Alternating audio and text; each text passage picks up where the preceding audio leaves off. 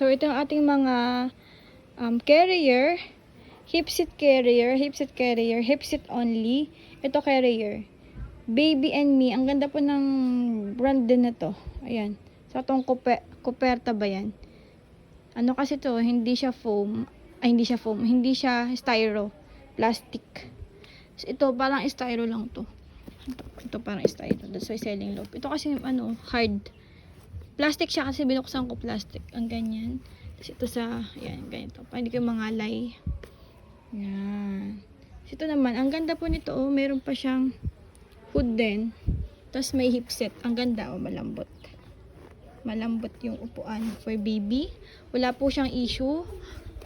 Kayo na lang po mag-wash. Hindi ko po na i-wash kasi panay ulan. So, kayo na lang po mag-wash. Kung gusto niyo pong i-wash ko, pwede naman. Wait po kayo ng 1 day before ship. Kung gusto niyo ng ganon. So, okay. May extra ano pa dito, oh. May extra pad para mas malambot. Malambot na siya actually, pero meron pa rin siyang extra. Okay pa yung velcro. Nakita niyo ba? Linis pa ng velcro niya. Of course, meron din yung belt. 2-in-1 ang purpose. Yan, o.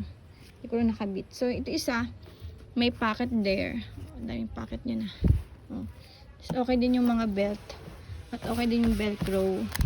Hindi pa nawawash. Kaya na mag-wash. Like yung mga colors. Ito naman, isip-sip lang. Yan. Itong isa, Baby and Me din. May dirt dito. Kaya na lang mag-wash. May sting.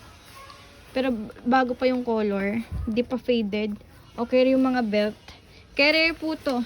Goods for, 6 months yung baby nyo. Basta kaya na yung head. Adjustable din pala siya.